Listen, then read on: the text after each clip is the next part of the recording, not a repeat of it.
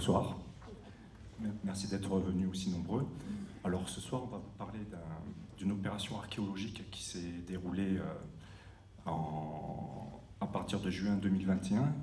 Donc c'est une opération de diagnostic archéologique qui est en principe une opération relativement rapide, sauf que là, il y avait quelques contraintes techniques qui nous ont obligés de rester à peu près un mois et demi sur le terrain pour réaliser cette opération. Alors ce n'est qu'une évaluation, les résultats qu'on a obtenus sont préliminaires et on aura vraiment des informations beaucoup plus rigoureuses si on fait des fouilles archéologiques. Là, ce sont que des sondages, des campagnes de sondage que nous avons réalisées. Voilà. Sinon, pour vous présenter la conférence, l'essentiel des vestiges qu'on a trouvés concerne l'époque romaine, le Haut Empire. Donc d'abord la nécropole, on en a déjà parlé. Ensuite, une voie qui est dans son dernier état d'époque moderne, mais probablement, pourquoi pas d'époque romaine, on reviendra dessus. Et enfin, deux, voire trois zones d'habitat qui s'étendaient dans la partie sud du terrain.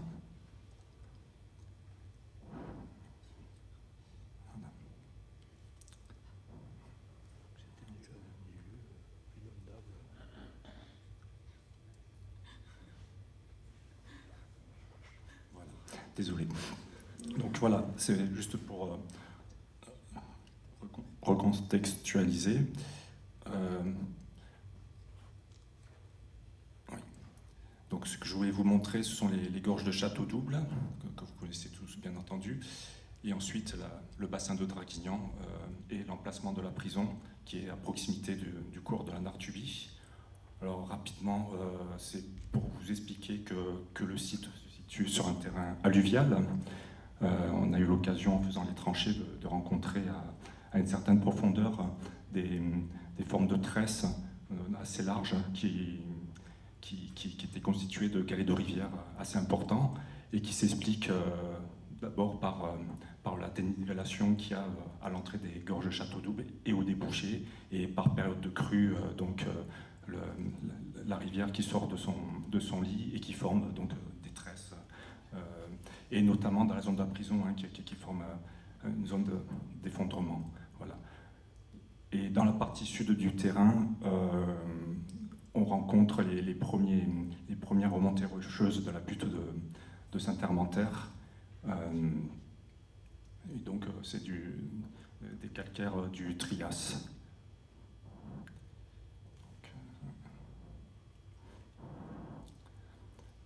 Alors voilà, c'était pour vous présenter un peu dans l'histoire l'emplacement du site. Là, on a représenté toutes les tranchées qui ont été réalisées et vous montrer un peu comment se présentait le terrain sur le cadastre napoléonien, donc en 1833.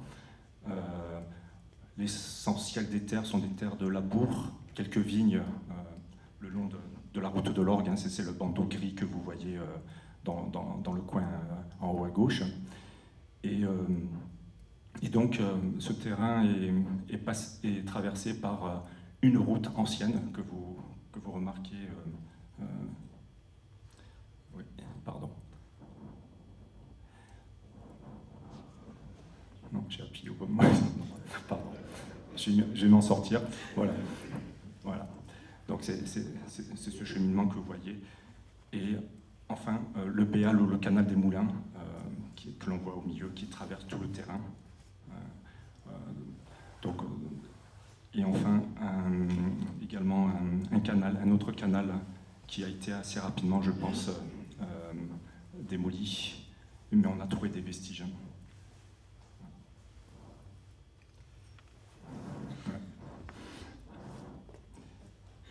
Merci.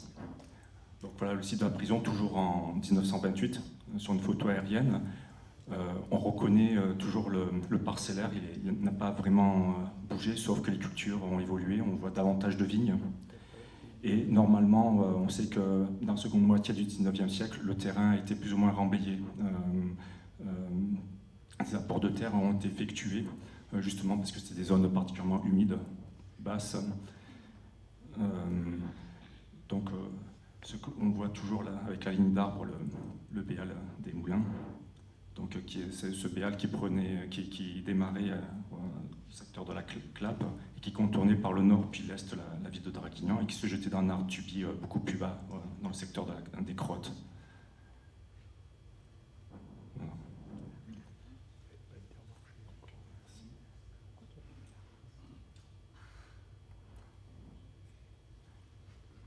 On va pas y arriver.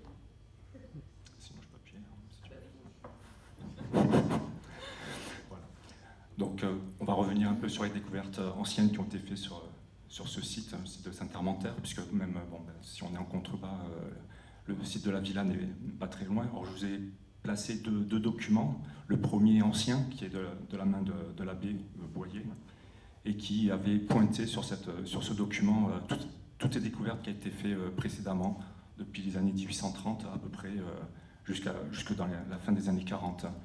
Donc il avait placé, par exemple, des zones funéraires.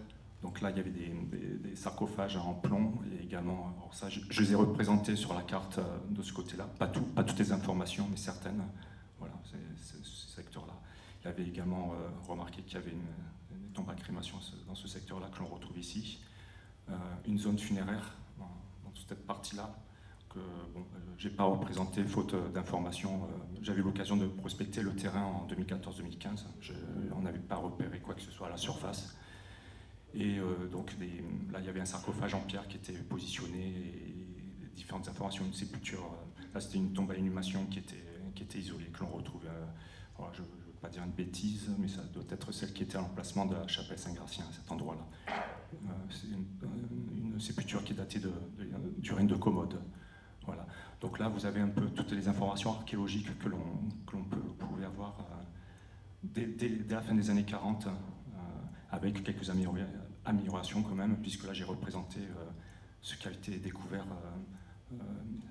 l'été dernier pendant le diagnostic.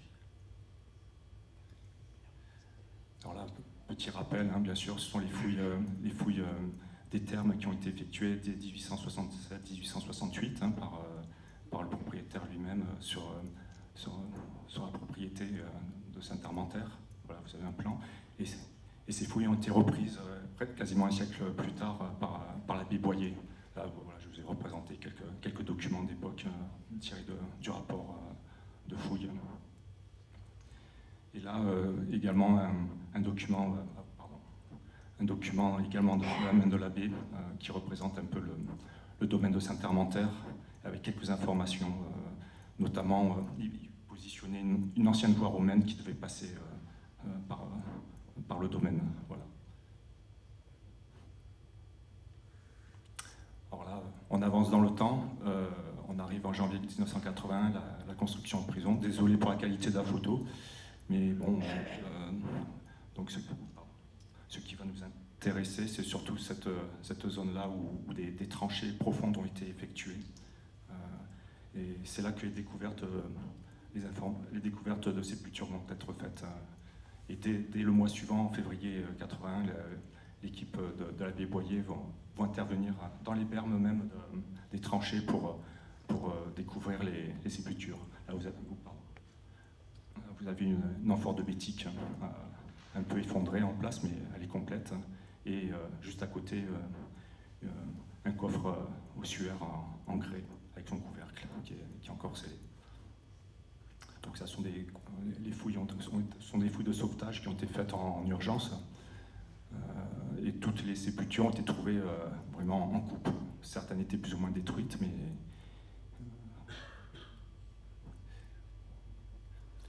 donc on remonte toujours un peu on se rapproche de notre temps. Donc là, ce sont les fouilles qui se sont déroulées sur l'église Saint-Hermentaire même, d'abord par Guy Désirat en 89-90, puis par Yann Codou, l'abbé Boyer, Pierre Guérard en 91. Donc l'intérêt de ces fouilles, bien sûr, hein, c'était l'édifice de l'Antiquité tardive, du Haut-Moyen-Âge et médiéval, mais également en dégageant le baptistère qui est à cet endroit-là. Ils ont pu trouver, là sur l'autre plan, on le voit, je ne sais pas si... Voilà, ce sont tous ces murs qui sont en rouge, qui sont sans doute des murs d'époque romaine. Et donc, en fouillant le sol de l'église, des sols en béton ont été trouvés, des cuves, et également une partie du chai. Donc on est vraiment dans la partie rustique de la villa de Saint-Hermantère. Donc bon, voilà, là les cercles que vous avez dans cette partie-là, ce sont les fonds de dolium qui ont été trouvés. Et puis également un grand bassin, le numéro 22, là, qui est tout en bas, ici. Et donc en haut, vous avez les thermes de la villa.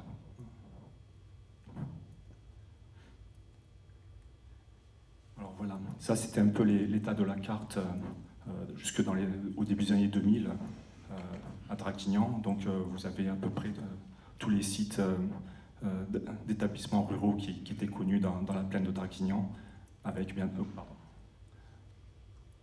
entendu comme site plus important la villa de Saint-Hermantère.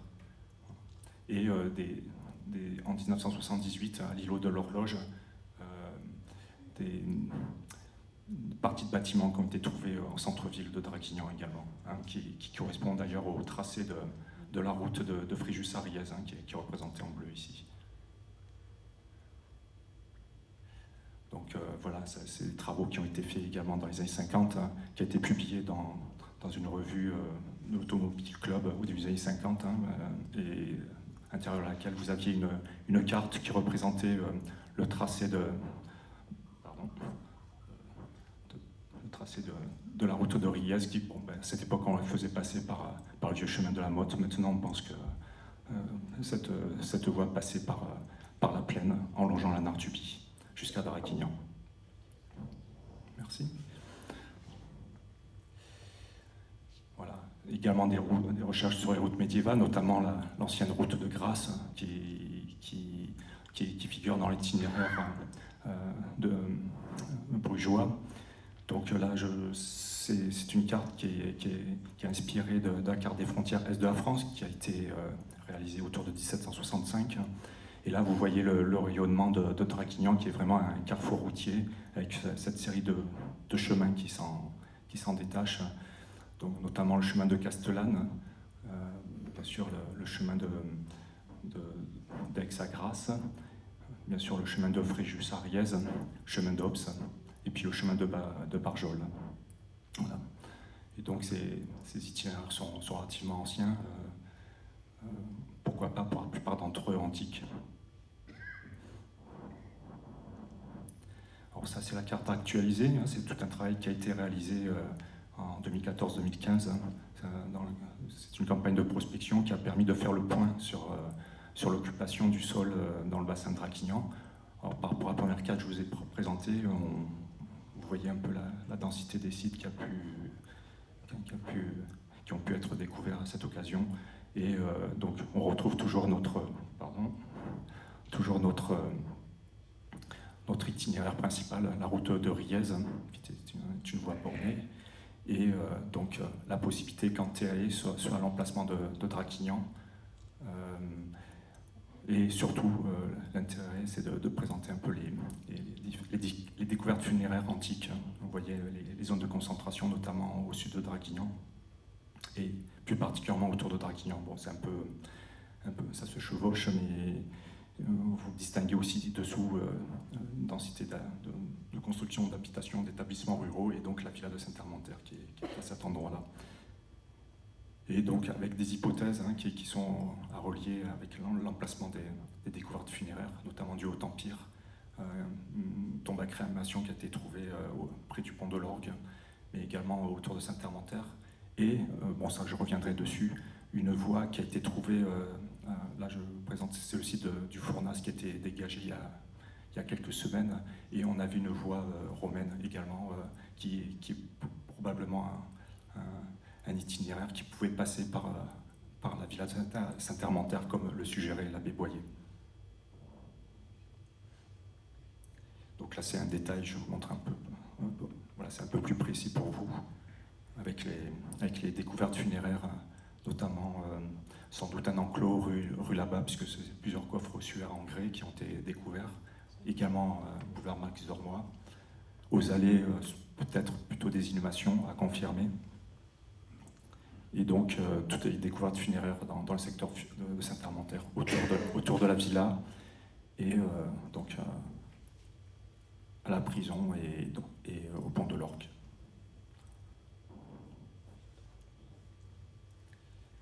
Donc, voilà. On va en venir au diagnostic 2021. Voilà l'état du terrain avant que l'on intervienne.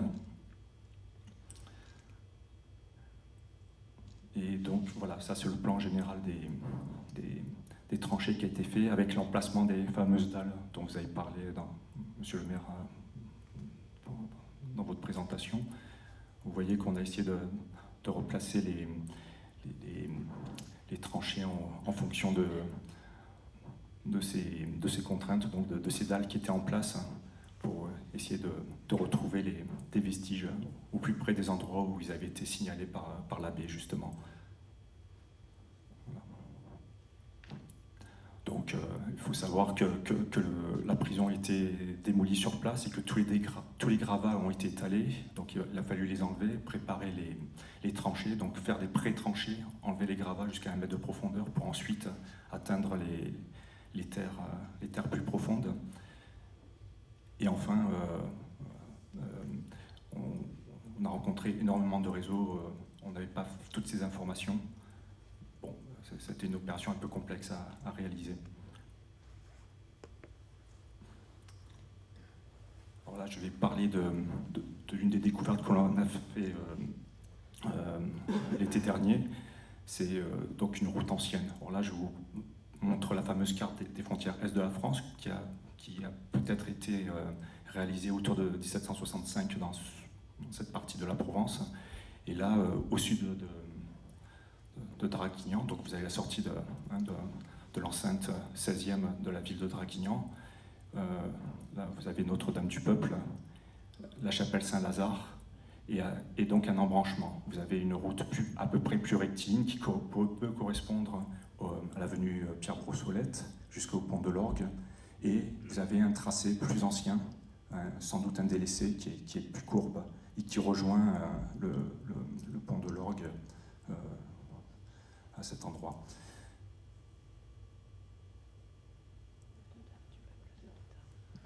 Donc, la chapelle Saint-Lazare est justement placée au départ de ce délaissé. Et je voulais juste aborder la question de la crue de 1674, après des contacts que j'ai eus avec les archives départementales du Var et messieurs Pellissier et madame Meyer, que je remercie, qui m'ont donné des informations. À l'occasion de cette crue de 1674, on sait que beaucoup de chemins dans la plaine de Draguignan ont été détruits par les crues et qu'il a fallu les réparer. Et c'est ce que je vais essayer de vous montrer par la suite, c'est que ce délaissé, on a un dernier état du chemin qui pourrait dater de la seconde moitié du XVIIe siècle et pourquoi pas être une réparation d'un des chemins. Alors là, voilà, je vous montre un peu ce qu'on a trouvé pendant le diag. Voilà, il y a 5 tranchées à l'intérieur desquelles on a trouvé des vestiges de voies. Et je vous ai représenté le tracé que l'on connaissait relativement bien, parce que c'était un chemin rural jusqu'en 1978 à peu près. En tout cas, il figure sur une carte de 1978, un plan, et qui a été bien sûr occulté par la construction de la prison.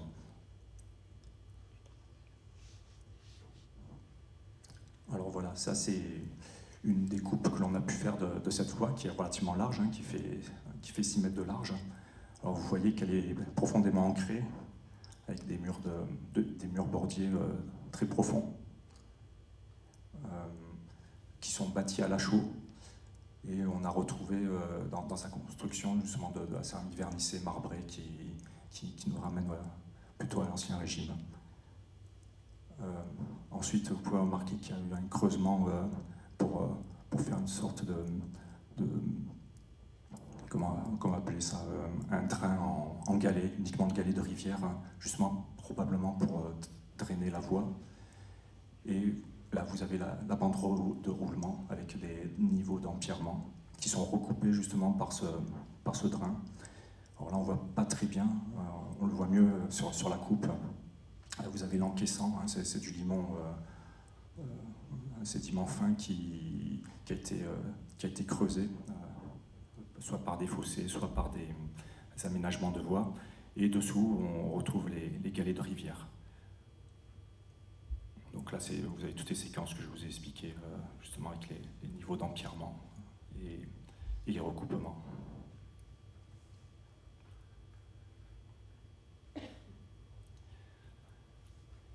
Alors là, c'est toujours cette même voie, même tranchée. Vous l'avez cette fois en plan pour vous la représenter, avec ces deux murs bordiers et puis bon, la bande de roulement. Et ce que l'on a retrouvé plus au nord, c'est un fossé également qui faisait environ 2 mètres de large.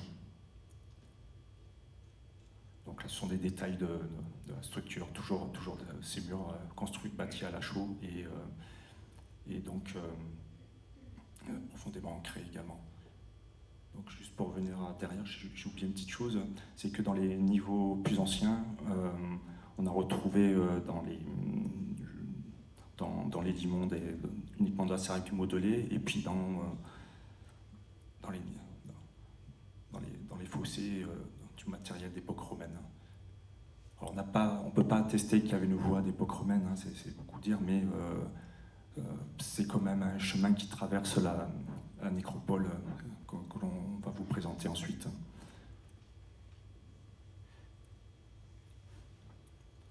Alors, après avoir abordé le sujet de la voie, on va passer aux habitations.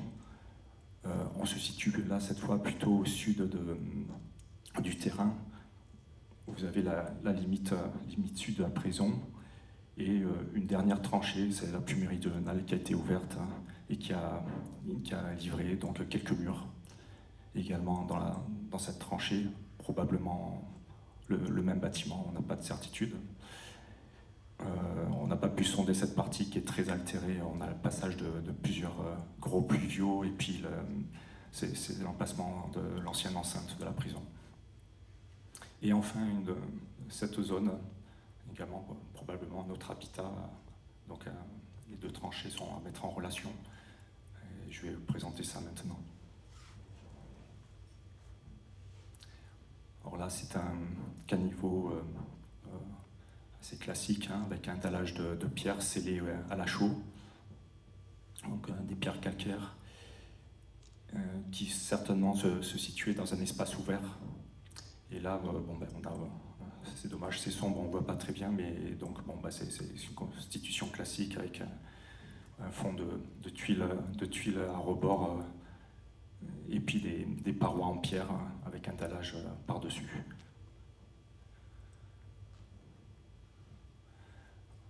Dans le prolongement du caniveau que vous voyez ici, donc là on est dans la partie sud, on a simplement une fondation, un reste de fondation de mur avec un retour et qui malheureusement dans la partie sud est complètement occulté par les travaux agricoles. Et au contraire dans la partie nord, voilà, là on le voit pas très bien mais il y a un mur de soutènement et par-dessus ce mur on a retrouvé quantité de terre, de remblais qui ont été apportés postérieurement. Sans doute ce qui explique la destruction des vestiges qui étaient plus au sud, un peu plus haut, et afin de niveler le terrain. Alors là, on est dans la tranchée suivante. Donc, c'est différents murs d'habitation que l'on a pu trouver. Voilà, c'est un sondage qu'on a pu effectuer à l'angle d'un mur. Donc, ça a permis de voir la constitution justement de ce mur et de voir un peu la puissance stratigraphique, hein, et d'avoir un niveau de démolition, un niveau d'abandon avec probablement un niveau de sol, et puis dessous un niveau contenant beaucoup de tuiles et d'éléments de démolition également. Alors c'est la datation que l'on a pour ces habitats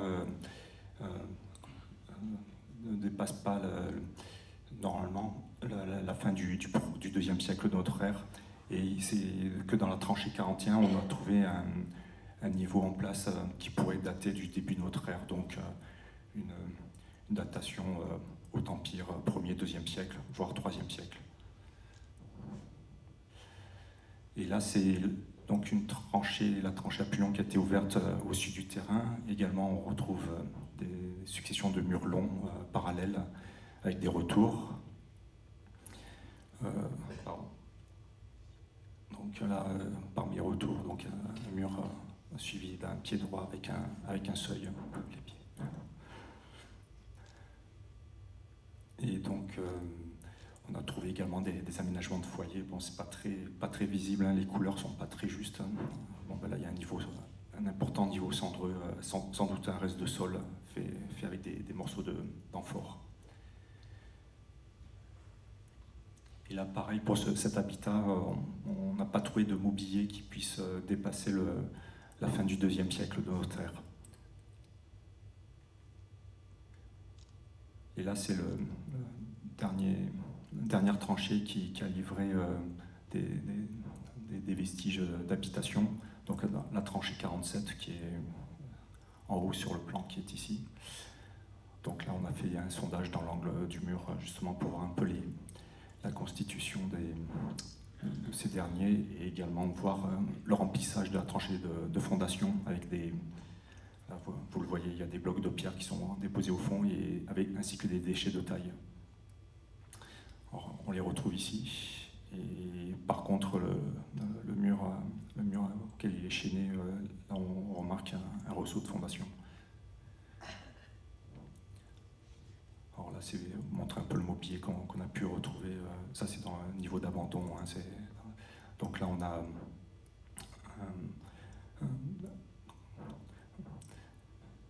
une lèvre de vase pincée. Et également des monnaies qui ont été trouvées, qui sont toutes du milieu du 2e siècle, environ au bout de la seconde moitié.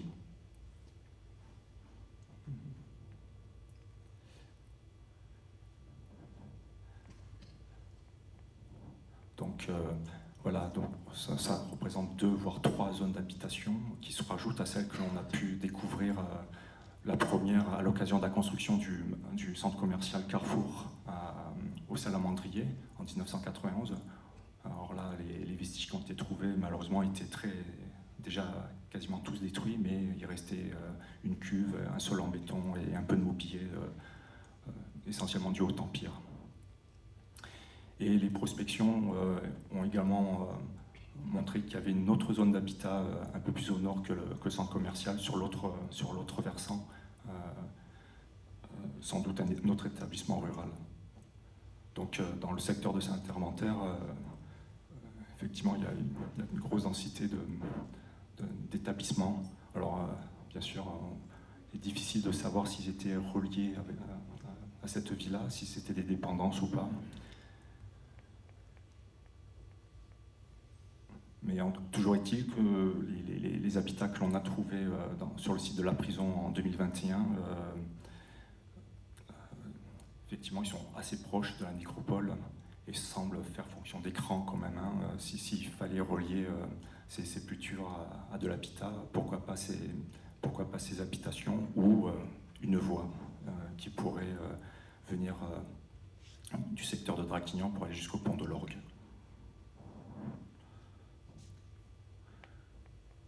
Voilà. Alors, autres vestiges qui ont été découverts à l'occasion de ce diagnostic, ce sont des aménagements plus récents.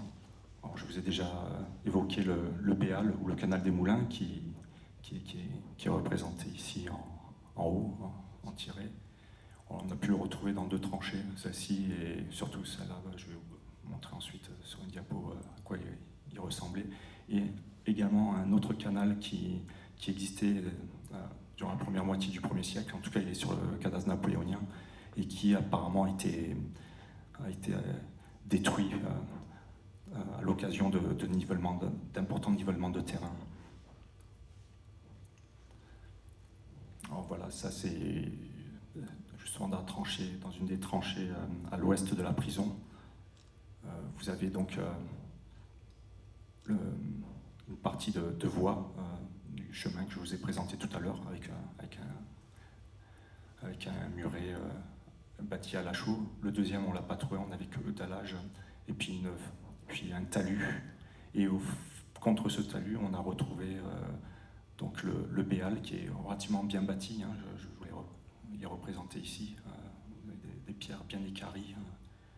Et sans doute un radier. À l'origine, il y avait un radier de pierre au fond qui tapissait le fond du canal et il n'en restait plus qu'à bordure.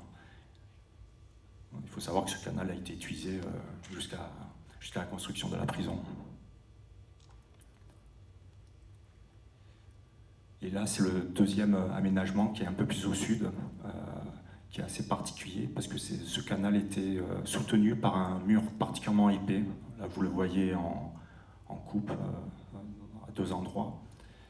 Ce mur fait plus d'1 mètre de large et devait supporter le cuvelage du canal qui a été complètement occulté.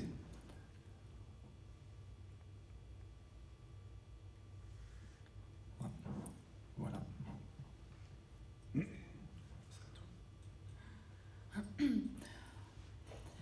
Bon, alors du coup, l'espace funéraire. Comme Patrick vient de vous le présenter, les fouilles qui ont eu lieu dans les années 80 et 90 nous ont été très précieuses en fait avant d'intervenir l'année dernière.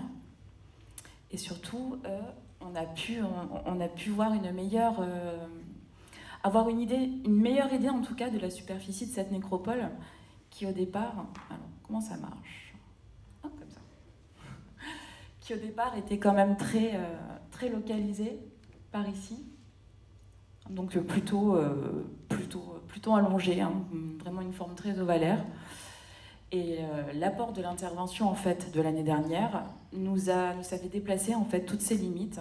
Donc les limites nord, qui semblent d'ailleurs encore s'étendre, hein, les limites sud qui sont données de toute façon par l'habitat qui fait écran entre la nécropole et Saint-Hermentaire.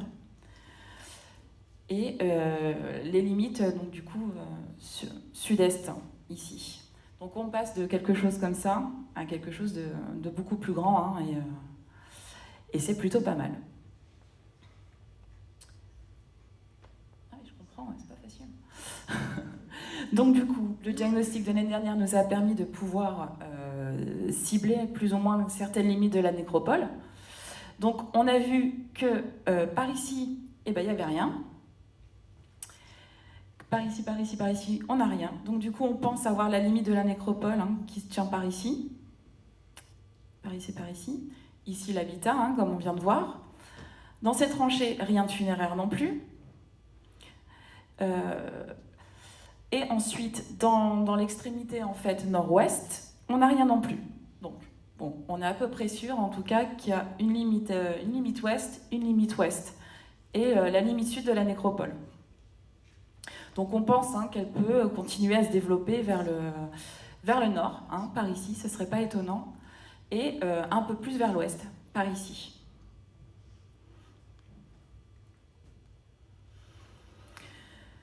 Donc le diagnostic de l'année dernière nous a permis donc de voir que la nécropole se développait de plusieurs manières, donc de manière horizontale, hein, comme on vient de le voir, donc très étendue.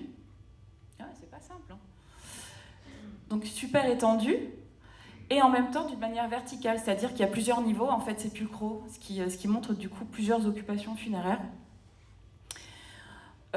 L'apport des fouilles anciennes qu'on a pu du coup replacer sur le plan.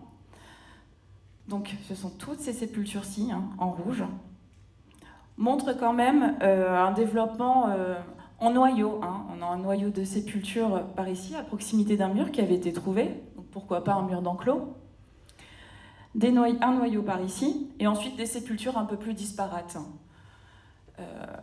L'année dernière, on a trouvé un autre noyau sépulcral, donc pas très loin de celui qui avait déjà été vu dans les années 80.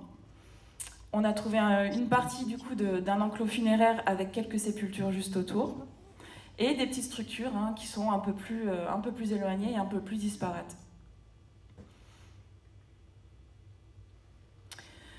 Donc la tranchée 24, c'est celle que je vous présentais ici. Donc c'est celle qui a donné le plus de résultats. En fait, je pense qu'on a tapé pile dans le centre. Montre en tout cas un aménagement de l'espace, donc un niveau de circulation qui semble avoir été construit, comme on peut le voir sur ces quelques lambeaux qui restent.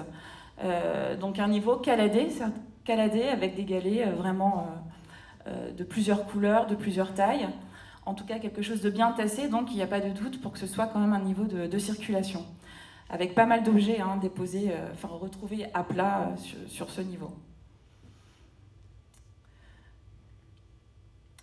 La tranchée 24 a aussi montré une signalisation des sépultures. Donc on avait des sépultures sur cette image, après fouille, avec énormément d'éléments pour signaler la sépulture. Donc ça peut être juste une stèle, et ça peut être tout un aménagement en fait, de surface. Donc là, la sépulture qui a livré une stèle avec une inscription épigraphique, on y reviendra après, a montré quand même un aménagement en fait, de surface tout en couronne, juste avant la fouille. Les sépultures plus anciennes, sous ces niveaux aussi, montrent également d'autres aménagements de surface. Malheureusement, on n'a pas pu aller au-delà, mais les sépultures un peu plus anciennes semblent elles aussi bien signalées. Donc du coup, la tranchée 14, c'était donc l'extrémité ouest, non, l'extrémité est de la nécropole. On a trouvé donc du coup les murs d'un enclos avec de puissantes fondations. D'ailleurs, on n'a pas pu atteindre la profondeur maximale des fondations, tellement elles descendaient. Et donc, ça a l'air en tout cas de témoigner d'un premier niveau sépulcral. Bon, malheureusement, le diagnostic n'a montré aucune sépulture en place, en tout cas dedans, mais un peu de matériel dans une couche remaniée, donc des os brûlés, quelques tessons de céramique, une lampe à huile en place qui sont vraiment en rapport, en tout cas, avec la sphère funéraire. Donc, il y a peu de doute quant à la nature de ces murs, donc un enclos funéraire qu'on espère pouvoir poursuivre dans quelques années. Donc, un second niveau sépulcral, puisque du coup, on se rend compte qu'il y a des sépultures qui se sont installées autour de l'enclos et qui lui sont postérieures. On a fait un petit diagnostic, un petit sondage qui a montré en tout cas 2 sépultures qui apparaissaient. Donc celle-ci, la 144, et la 143. Donc celle-ci n'a juste été repérée, on n'a pas eu le temps de la fouiller. On a fait le choix de fouiller la 144, qui, vous allez voir, s'avère être le bon choix. Donc évidemment, il y en a ici, ça se trouve, il y en a certainement par là aussi. C'est pas du tout impossible. En plus des sépultures qu'il pourrait y avoir dans l'enclos, au centre. Donc du coup, nos observations de 2021 et étudier en fait les fouilles et les vestiges qui ont été sortis en 80 et en 90 commencent à nous montrer l'organisation en fait de cette nécropole.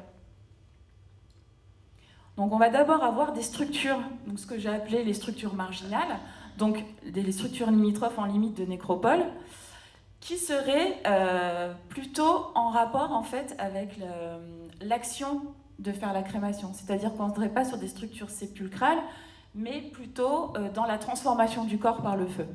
Et tout ce qui est gestion en fait des bûchers suite à la crémation. Donc on en a une ici, donc la tranchée 2. C'est la tranchée qui est dans l'extrémité nord du site. On a celle-ci. Bon, évidemment, ça ne rend pas des masses là, mais il faut imaginer une très très grosse fosse, on va y revenir de toute façon juste après. Et surtout, on a eu la chance d'avoir un bûcher, une tombe bûcher, avec un individu en place dedans, remarquablement conservé. Donc les structures centrales, comme je vous ai dit tout à l'heure, on a une espèce d'organisation par noyau avec des sépultures un peu plus disparates. Donc je vous ai montré un petit peu ce qu'on rencontrait comme type de structure. Donc évidemment, on a les urnes que Patrick vous a montré tout à l'heure, avec les photos vraiment en cours de fouille et en cours de dégagement. Donc cette urne-ci qui a été sauvée se trouve ici. On a une sépulture avec avec un vase, juste le dépôt d'un vase ossuaire qui se trouve par ici. On a donc la tombe qu'on a vue tout à l'heure avec la stèle épigraphique. Dans les années 80-81, ils ont trouvé des inhumations. Donc nous, on n'en a trouvé aucune l'année dernière, on n'a trouvé que des crémations. Mais par contre, il existe 2 inhumations ici. Dans les années 80, ils ont également trouvé pas mal d'urnes en pierre. Donc c'était des courtes dents qui contenaient des urnes en verre, mais on va y revenir aussi. Donc ce type de sépulture ici, avec beaucoup de dépôts et d'offrandes à côté de l'enclos. Et d'autres structures qu'on a juste repérées avec des dépôts de vases sur des résidus cendreux, mais on n'a pas pu préciser en fait de quel type de structure il s'agissait. Donc du coup, l'analyse archéothanatologique. Je voulais revenir un peu avec vous sur certaines notions de ce qu'est l'archéothanatologie, parce que c'est pas forcément évident quand on ne connaît pas. Donc on va évidemment étudier le défunt, donc tout cet aspect biologique de l'individu. On va essayer de déterminer son sexe, déterminer l'âge, déterminer si éventuellement il était touché par des maladies. Mais l'important, depuis les années 80, l'archéothanatologie, surtout quelque chose de très français, veut remettre en fait le défunt au centre de sa sépulture. C'est-à-dire qu'on ne dissocie plus la sépulture, donc tout ce qui est offrande, du défunt. Les deux vont ensemble. Là où effectivement, il y a encore 40 ans, on allait s'intéresser qu'aux beaux objets, pas du tout à l'individu qui était inhumé avec. L'archéothanatologie, en étudiant la structure dans son ensemble, donc essaye de retranscrire en fait tous les gestes funéraires qui se sont déroulés en fait à partir du dépôt. Et ce qui est important surtout dans notre métier, c'est qu'on essaye de percevoir en fait le geste funéraire, puisqu'on ne pourra jamais y percevoir la pensée, on ne peut pas savoir ce que pensaient les gens. Mais par contre, nos enquêtes, nos analyses peuvent nous permettre de reconstituer de quelle manière ils ont fait les dépôts funéraires. Et donc on verra ça avec la sépulture 144, qui est un très très bon exemple, et on a pu reconstituer chaque étape en fait. Donc dans la nécropole, on va voir aussi qu'il y a des sépultures, donc vous allez voir primaires, vous allez le voir écrit, donc des sépultures primaires, des sépultures secondaires. Donc une sépulture primaire, en tout cas dans le cas d'os brûlés, ça va être une structure sur laquelle l'individu a brûlé. Donc c'est ce qu'on appelle une sépulture primaire. Les os sont restés sur place, il n'y a pas eu de translation, ils n'ont pas été déplacés. Et ensuite, on va avoir des sépultures secondaires, c'est-à-dire que les os ont été prélevés, et on les a emmenés dans un autre endroit pour les inhumer. C'est bon, vous suivez à peu près? Bon, si vous ne suivez pas, vous me le dites, il n'y a pas de souci, on recommence tout depuis le début. Donc voilà, restituer le geste funéraire. Donc qu'est-ce qui se passe? Quand on fouille, on arrive sur ce genre de structure, on se dit waouh! Et surtout, il y a du monde là-dedans, comment on va faire? Bon, alors, reprenons étape par étape. En partant de la fin. Donc, il creuse un trou, d'accord? Il surcreuse le fond de la fosse pour pouvoir y caler l'urne, donc l'urne cinéraire, avec l'individu en place. Complètement calé contre la paroi et en même temps calé par le surcreusement qui a été effectué. Hop, on le voit bien ici. Hop, peut pas bouger. Ensuite, on y déverse le résidu de bûcher.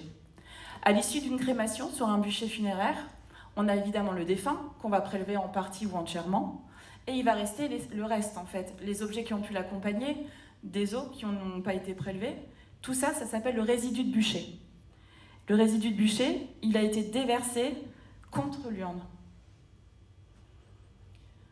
Plusieurs niveaux de résidu de bûcher, qui a livré du matériel résiduel à la fois primaire, donc qui est passé sur le feu avec l'individu, et du matériel secondaire, qui a été déposé à l'issue de la crémation contre le bûcher, du coup, contre les restes du bûcher. Tout a été pris et tout a été inhumé avec l'individu. Hop, un autre niveau, toujours avec le résidu de bûcher, des clous, beaucoup de clous qui sont corrodés, qui sont passés sur le feu, des clous de charpente, des clous qui appartenaient certainement à l'architecture funéraire du bûcher. On continue notre enquête. Donc un premier niveau avec tout un tas de dépôts et d'offrandes. Donc des assiettes empilées les unes sur les autres. Chaque vase est calé en place, déposé sur un même plan de pose. On a des assiettes qui se superposent, des offrandes animales, quelques morceaux de viande. On a ici une pince à épiler. Hein. On n'a pas pu bien voir à la fouille ce que c'était, mais elle est passée du coup chez nos collègues de Draguignan et a été vue à la radio. Et il s'avère que c'est une pince à épiler en alliage cuivreux, déposée dans l'assiette. Donc, à un autre niveau, donc, cette partie-là est différente de cette partie-là. Vous arrivez à voir ? Ce n'est pas tout à fait les mêmes vases. D'autres vases encore sont empilés. Ici, on a une cruche. On a un balsamère en verre qui est juste à peine tombé, en fait, qui était juste retenu par le reste des vases. Chaque vase a sa place dans la sépulture. Chaque vase a été... On a une réelle mise en œuvre, en fait. Hein. On a quelque chose, c'est du théâtre, hein, finalement, qui est fait dans une sépulture de l'époque romaine. On continue. Hop, on restitue une partie de la stèle de signalisation qui montrait la sépulture, une partie du comblement qui recouvrait la sépulture, un vase qui a été déposé en surface, on y reviendra après, et enfin, l'aspect initial de la sépulture, sa stèle de signalisation, son coffrage et ses dépôts lors des commémorations funéraires.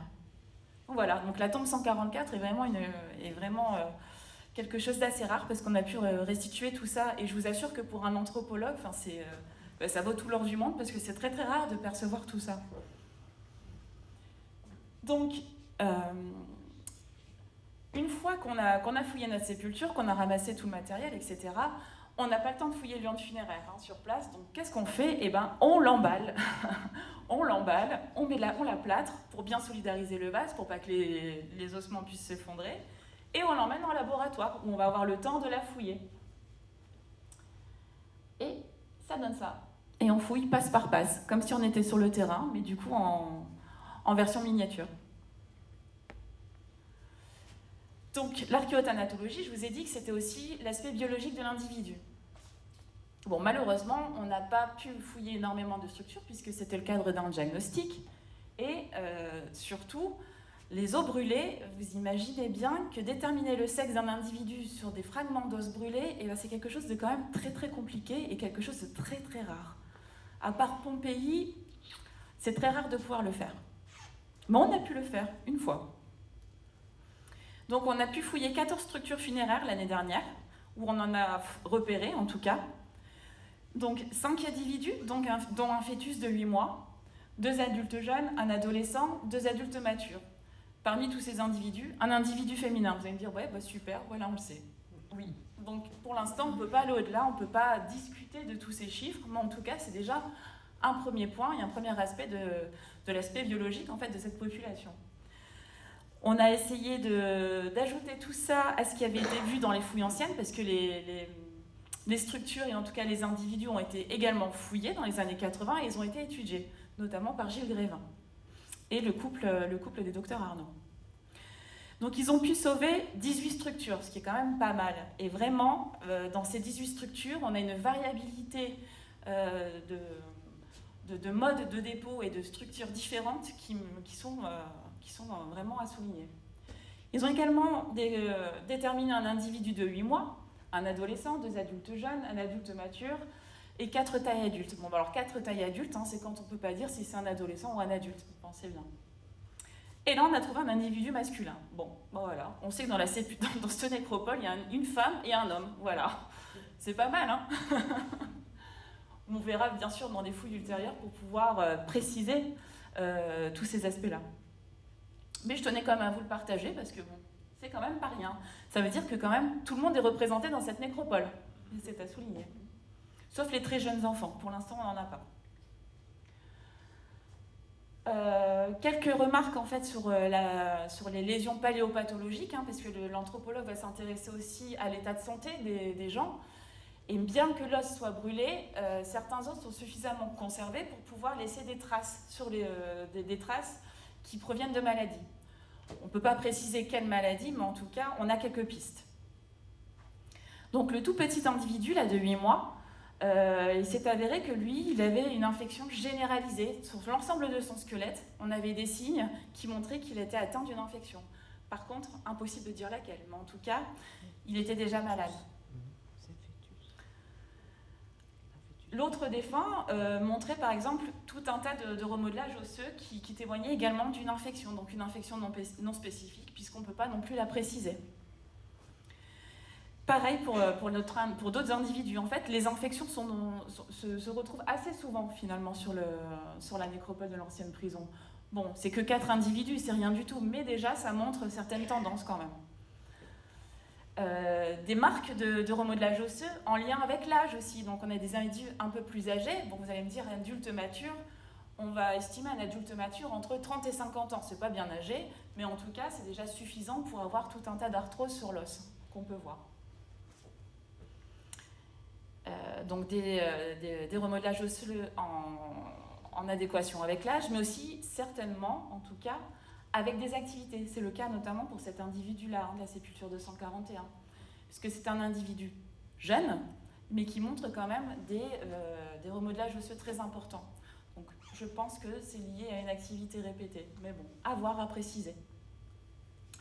Donc une petite photo de trous, on voit des trous sur la vertèbre, et ça montre une infection rachidienne. Voilà. Donc, on va s'intéresser un peu aux pratiques funéraires qu'on a pu un petit peu décrypter entre ces fouilles anciennes et ces fouilles récentes.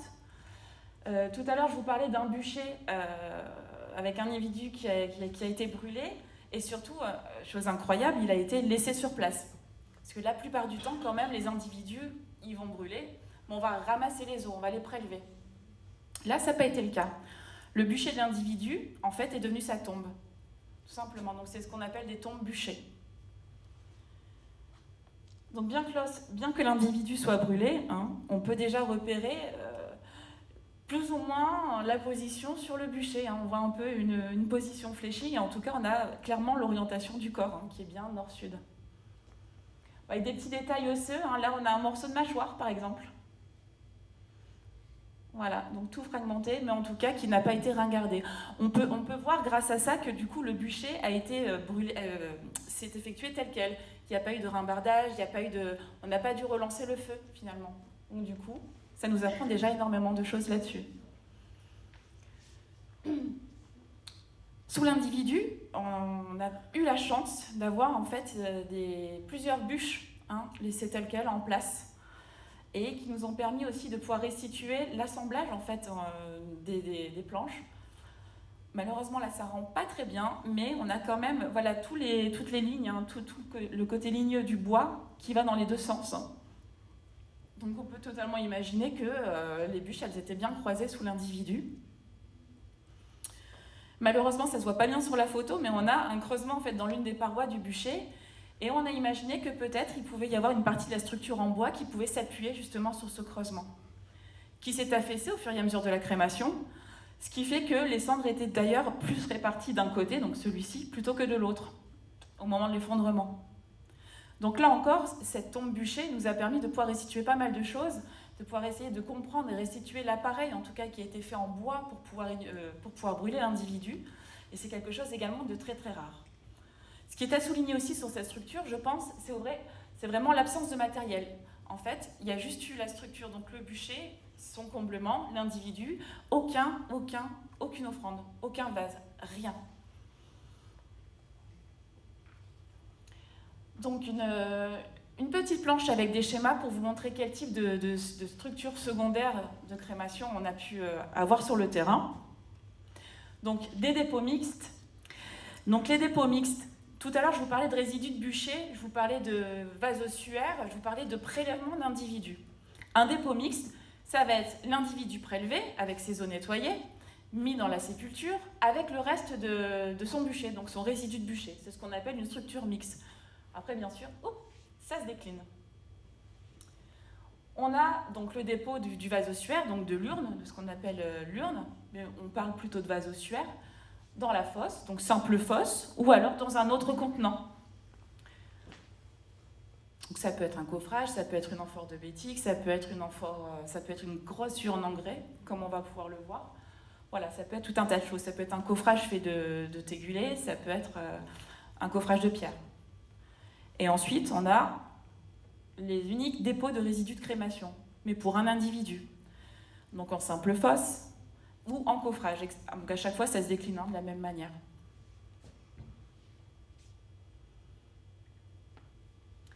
Donc un petit exemple de dépôt mixte.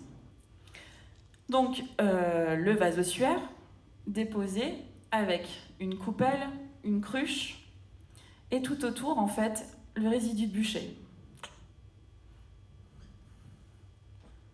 On peut voir d'ailleurs que cette structure, on avait 2 pierres aussi de signalisation en surface.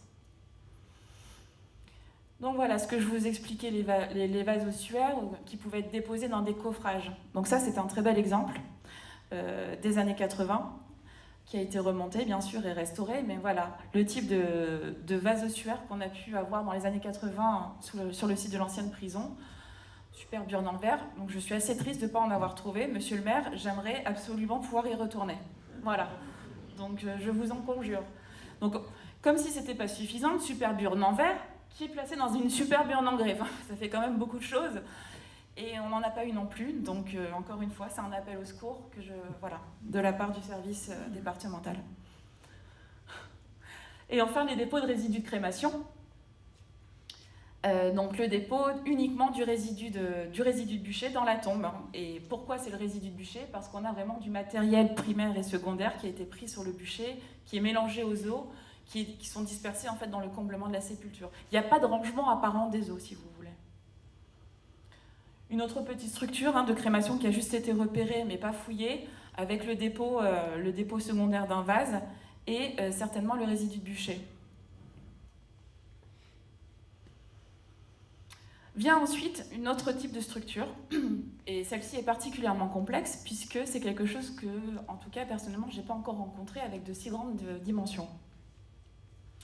Donc c'est ce qu'on va appeler des dépôts non sépulcraux secondaires liés à la crémation. Bon, c'est un peu compliqué, vous allez me dire, mais pourquoi c'est pas une sépulture? Bon, pourquoi c'est pas une sépulture? Parce que du coup, en étudiant tout le comblement de la fosse, qui est principalement que des cendres, du charbon, que des eaux dispersées et énormément de matériel brûlé qui est passé sur le feu en fait. Ça a été que ça et énormément de lampes à huile. Combien de fragments? Je me souviens plus. Ouais, 250 fragments de lampes à huile, rien que dans une fosse. C'est quand même pas mal. Et à peu près 4500 grammes d'os. On va me dire, bon, c'est que des chiffres, mais bon. Donc on pense qu'il s'agit certainement d'une fosse en fait, de vidange de bûcher, mais pas que d'un seul, puisque comme il y a apparemment plusieurs individus, on pense plutôt au curage, en tout cas, d'une vraie aire funéraire. Donc plusieurs bûchers, en tout cas. Et ce qui est impressionnant sur cette fosse, c'est qu'elle a déjà une forme très particulière, et puis qu'elle est très grande, quoi. Ça fait plus d'1 mètre de diamètre, c'est quelque chose d'assez exceptionnel. Et elle est très très profonde aussi. Elle faisait 70 cm, je pense, de profondeur. Ce qui est pas mal du tout. Donc, je l'ai dit tout à l'heure, les années 80, décidément, ils ont vraiment beaucoup de bol dans les années 80. Ils ont trouvé des inhumations dans un superbe coffrage en tégulé, comme celle-ci. Donc ça, c'est les photos issues des années 80, avec un coffrage fait de tégulé, jointé par toutes les imbrex, et pas mal hermétique quand même. On peut voir aussi le dépôt d'un vase à côté de la tête et le dépôt d'un autre vase à côté des pieds. Donc, vous êtes plutôt pas mal. Ils ont trouvé une autre inhumation, mais on n'a pas la photo, on a juste la description. C'était un squelette inhumé en pleine terre, donc sans aménagement funéraire palpable ou pérenne.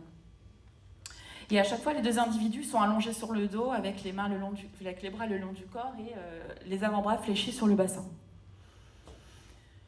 Donc, petite particularité encore à Draguignan, il y en a des particularités.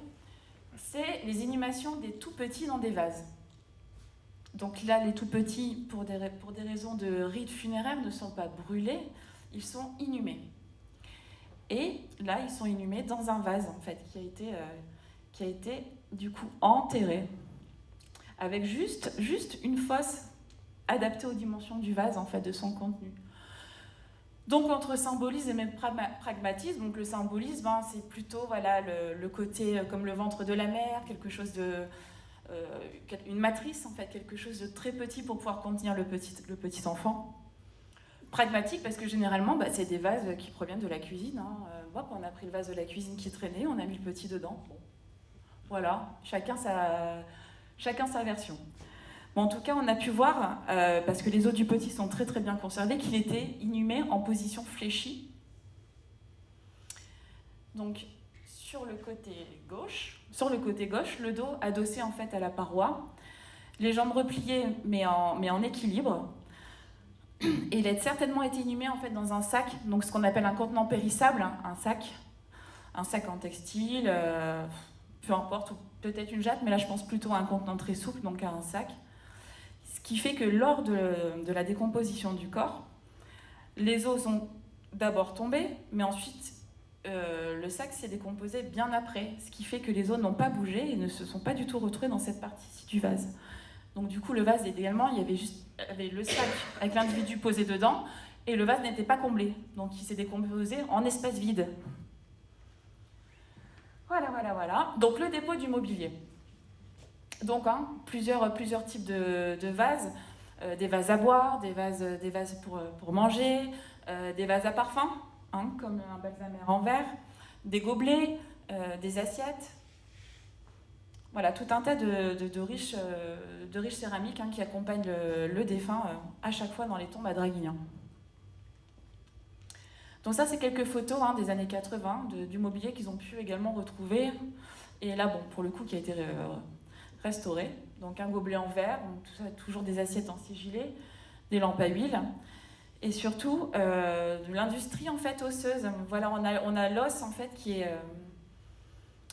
l'os qui est travaillé, bon, malheureusement, on ne sait pas pour quel usage, mais en tout cas, ça ressemble là à ce qu'on avait dit un manche, quelque chose comme ça, qui devait tenir. Donc c'est quand même des choses qui sont assez fastueuses. Et à côté de ce mobilier super bien conservé, on a aussi beaucoup de mobilier résiduel, donc en morceaux comme ça, comme on peut le trouver ici, des morceaux disparates. Autre chose assez exceptionnelle à Draguignan, vous avez remarqué, monsieur le maire, que Draguignan, quand même, je l'encense comme il faut, donc je pense que je peux pas mieux faire, vraiment. Donc grâce au fait que les tombes soient bien protégées et bien sauvegardées, on a pu restituer en tout cas des rites qui ont eu lieu bien après les funérailles de l'individu. Puisqu'on a eu des dépôts en fait de vases qui se sont faits ultérieurement. Donc ça montre que le cimetière était encore occupé et les gens y revenaient, ils n'abandonnaient pas leurs défunts. Il y avait tout un tas de rites régis justement par les règles des rituels romains et des vases d'accompagnement qui étaient en suspension et qui sont tombés semblent indiquer justement des dépôts qui ont été faits ultérieurement. Toujours à vérifier, mais bon. Donc voilà. Donc Modesta. Donc ça, c'est notre stèle épigraphique. Au début, quand on est tombé dessus, on n'y croyait pas. On croyait que c'était Paul Bellé qui nous faisait une blague. Vraiment. Mais non, pas du tout. C'est vraiment, c'est quelque chose de sérieux. Donc Modesta, fille de Successi. Et ce qui est important, en fait, là-dedans, c'est qu'il s'agit de pérégrins. Voilà. Et la mention de pérégrins dans les nécropoles locales, c'est quelque chose qui n'existe pas, il me semble. Oui, c'est à toi que je parle. Voilà. Je pense que c'est quelque chose d'assez rare encore. C'est pas courant. On en retrouve un peu plus. Bon, en tout cas, c'est une piste pour voir le type de population qui sont inhumées dans cette nécropole-là. Oui. En tout cas, c'est des étrangers, voilà. On en est là. Donc une petite image concernant une restitution en fait des rites funéraires et des gestes qui peuvent être apportés. Je me suis dit que ça reste un livre, mais c'est sûr que de voir en fait les choses sur des images reconstituées, des fois ça peut peut-être un peu plus vous parler finalement que des vestiges archéologiques. Donc on a la veillée du défunt. Donc les rites funéraires commencent à partir de ce moment-là. À partir du moment où la personne décède, le rite funéraire commence. Donc on a la veillée avec la lampe à huile, la préparation du bûcher. On allume toujours une lampe à huile. Le bûcher prend feu, on récupère les os, donc une partie des os. On va les laver, on va les récupérer, on va les mettre dans un sac. Ensuite, on va récupérer le reste du bûcher. On va mettre du lait, on va mettre du parfum, on va vraiment encore nettoyer ces os avec tous ces aliments. On les met ensuite dans le vase ossuaire. On va faire d'autres rituels, on va briser des vases. Donc parfois on retrouve des vases qui sont brisés anciennement. C'est par exemple typiquement ce genre de situation. Et ensuite on va inhumer le défunt. On va lui mettre une stèle pour montrer qu'il est là. Et ensuite on va lui déposer des offrandes. Voilà. Donc en résumé, on a une nécropole qui est finalement plus grande que ce qu'on pouvait penser dans les années 80. On a un cadre chronologique qui est de mieux en mieux cerné, avec une occupation en fait entre le milieu du 1er siècle et la fin du 3e siècle après, qui est marquée d'ailleurs par les inhumations, qui sont plus tardives que les crémations. On a une grande variabilité des dépôts sépulcraux, on vient d'en voir un petit horizon. On a beaucoup de mobilier d'accompagnement. On pense que la nécropole serait en bord de voie. Donc du coup, on serait plus sur l'hypothèse d'une nécropole en abord de voie plutôt qu'une nécropole associée en tout cas à l'ancien habitat, en fait, à la villa de Saint-Hermentaire. Par contre, le rapport entre notre nécropole et l'habitat qu'on y a trouvé juste à côté, on n'arrive pas encore à préciser le lien qu'il peut y avoir entre les deux. Mais ce qui est sûr, c'est que cette nécropole n'est pas associée à la villa de Saint-Hermentaire. Et ce qui est intéressant aussi de noter, c'est que, comme on l'a vu, avec la présence en tout cas de ces urnes en grès, à proximité d'un mur, ça nous rappelle évidemment les nécropoles de Fréjus, notamment celle du Pauvadou, où 4 urnes en grès ont été trouvées dans un enclos.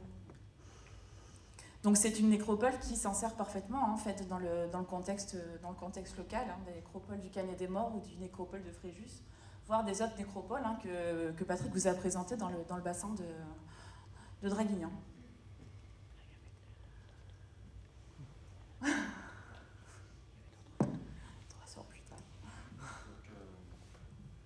C'était l'occasion ce soir de vous présenter très brièvement un autre site qui a été fouillé depuis la fin du mois de...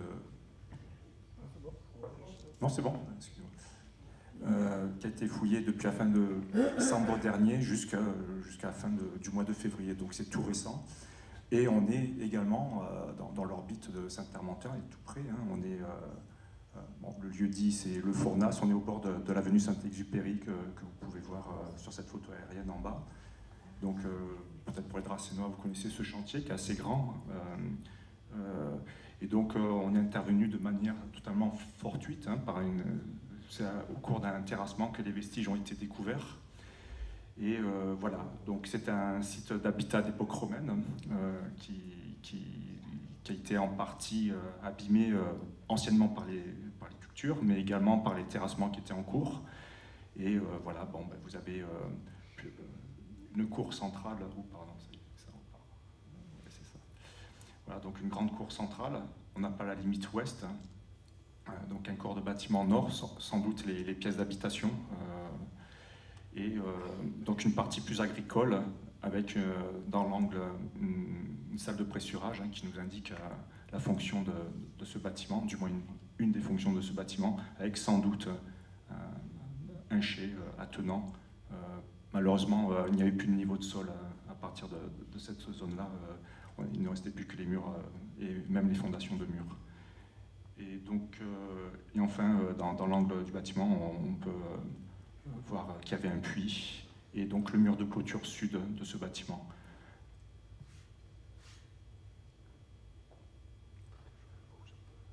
Donc, autre surprise sur ce site, c'est que sous les niveaux antiques, on est tombé sur une occupation beaucoup plus ancienne, qui se caractérise par des séries de foyers allongés à un radier de pierre chauffante.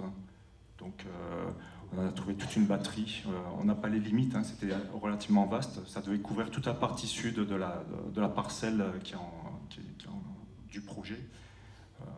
On a pu en trouver une douzaine à peu près, mais il y en avait nettement plus. Et malheureusement, la partie centrale de la parcelle était déjà terrassée et beaucoup de ces structures ont disparu. Et autre surprise, on avait au-dessus de ce niveau qui pourrait être daté, mais il faut le confirmer par des datations C14, On avait, donc on peut supposer que ces structures que l'on connaît pas très bien ailleurs dans le Var, notamment aux Arcs, des publications nombreuses ont été faites sur le sujet, par Denis Dubessé notamment, et pourraient être datées de la fin du bronze final ou du tout début de l'âge du fer. Et donc on avait une seconde zone d'intervention sur ce terrain. Bon là je vous montre, on va revenir en arrière, pardon, qui était à l'entrée ouest du projet. Et on a trouvé sous ces foyers à radier, les mêmes, un niveau d'occupation légèrement plus récent, qui se caractérise notamment par de la céramique grise monochrome, qui pouvait être datée du 6e ou du 5e siècle, et était associée à ce niveau d'occupation des trous de calage, qui montrent qu'on était vraiment sur de l'habitat du premier âge du fer. Donc là, c'est pour vous montrer le plan des vestiges qui ont été dégagés. Et donc là, c'est une photo qui vous montre la salle de pressurage avec, donc au fond, oh mince. Donc les bases qui ont servi de support au montant. Il y avait 2 pressoirs alignés. Et donc, dernière surprise qu'on a eue sur ce chantier, donc vraiment en limite sud de la parcelle, c'est une voie d'époque romaine qui était très bien préservée. Nous avons les bordures.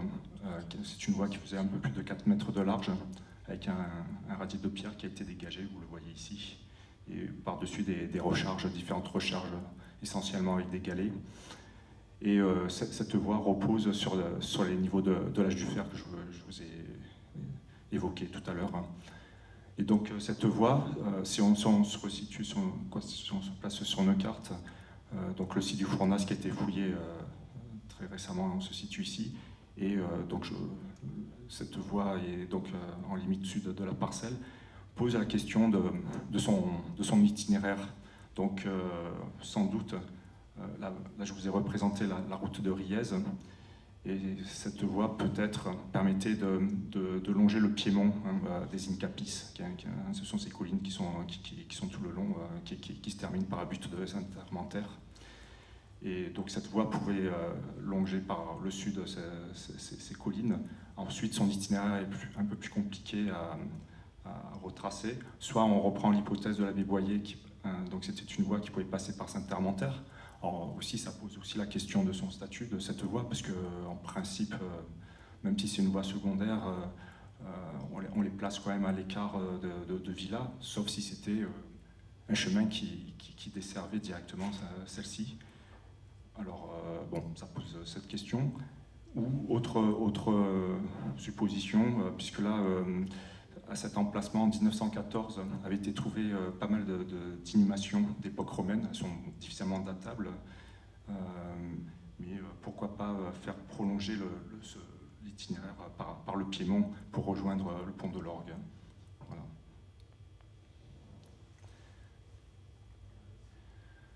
Donc voilà, en conclusion, ce qu'on pouvait dire, c'est que ce diagnostic, même si les résultats sont très partiels, ils sont déjà, comme vous a montré Bérangère, assez spectaculaires. Donc c'est surtout par la conservation des sépultures qui ont été bien préservées par des remblais, des cultures par des remblais. Ensuite, la question se pose de savoir si cette nécropole était longée par une voie. Sa forme, même si elle n'est pas évidente, c'est pas réellement un bandeau, mais la présence d'enclos, au moins un, mais certainement d'autres, en tout cas on a des indices, pourraient laisser poser qu'effectivement une voie longeait cette nécropole. Et pourquoi pas être un croisement également de voies. Si vous vous souvenez, je vais peut-être revenir en arrière. Il y a aussi toujours l'hypothèse d'avoir une voie qui provenait d'Antéaé, si c'est à Draguignan, qui allait jusqu'au pont de l'Orgue.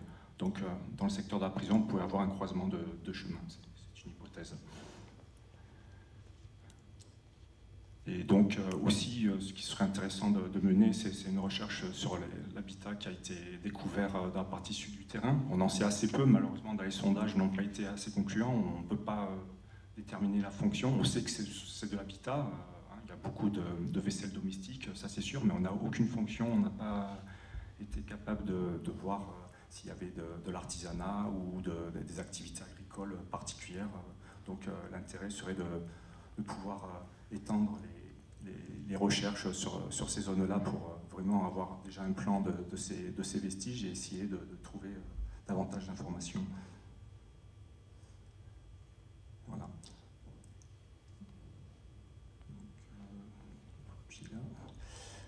Donc ça, on revient sur le plan de départ du diagnostic. Donc en jaune, vous avez toutes les tranchées qui ont été positives. Il y en a quand même pas mal, hein, avec tous ces vestiges qu'on a pu retrouver. Alors, dedans sont inclus également les aménagements beaucoup plus récents, les canaux qui sont peut-être, pourquoi pas, d'ancien régime. Et voilà, c'était pour vous montrer un peu les secteurs qu'il faudrait, si on pouvait lancer un programme de recherche privilégié. Donc c'est vraiment les deux tranchées qui ont livré, l'une à l'est, à la tranchée 14, un enclos funéraire, et donc également cette zone où se concentrent les sépultures, hein, sur plusieurs niveaux en plus. Ensuite, il y aurait bien sûr cette zone d'habitat qui semble plus prometteuse. La stratigraphie a montré en tout cas du potentiel. Voilà, je voulais terminer là-dessus. Je vous remercie.